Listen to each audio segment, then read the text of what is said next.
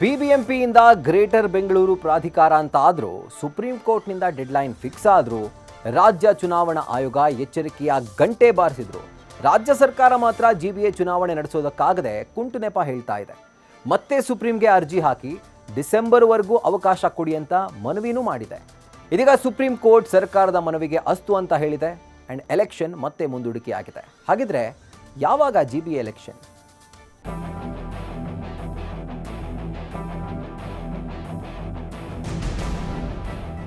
GBA election ಯಾವಾಗ? ಒಂದಲ್ಲ ಎರಡಲ್ಲ, ಕಳೆದ 6 ವರ್ಷಗಳಿಂದ ಇದೊಂದು ಪ್ರಶ್ನೆ ಗಿರಿಗಿಟ್ಲೆ ಹೊಡಿತಾನೇ ಇದೆ. ಉತ್ತರ ಸಿಕ್ಕಿದ್ಯಾ? ಇವತ್ತಿನವರೆಗೂ ಇಲ್ಲ.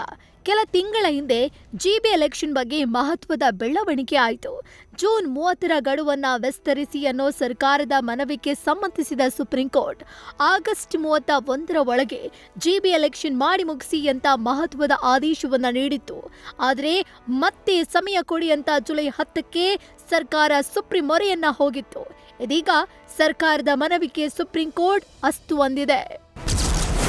ಸುಪ್ರೀಂ ಕೋರ್ಟ್ಗೆ ಸಮಯ ವಿಸ್ತರಣೆ ಕೋರಿದ ರಾಜ್ಯ ಸರ್ಕಾರ 5 ಬೆಂಗಳೂರು ನಗರ ಪಾಲಿಕೆಗಳಿಗೆ ನಡೆಯಬೇಕಾದ ಚುನಾವಣೆಗಳನ್ನು 31 ಆಗಸ್ಟ್ 2026ರ ಒಳಗೆ ಪೂರ್ಣಗೊಳಿಸುವಂತೆ ಈ ಹಿಂದೆ ಸುಪ್ರೀಂ ಕೋರ್ಟ್ ನಿರ್ದೇಶಿಸಿತ್ತು.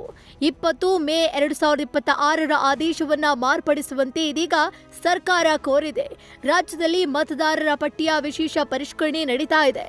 ಚುನಾವಣಾ ಸಿದ್ಧತೆಗಳ ಮೇಲೆ ಪರಿಣಾಮ ಬೀರುವ ಇತರ ಆಡಳಿತಾತ್ಮಕ ಹಾಗೂ ವ್ಯವಸ್ಥಾಪನಾ ಸವಾಲುಗಳಿವೆ.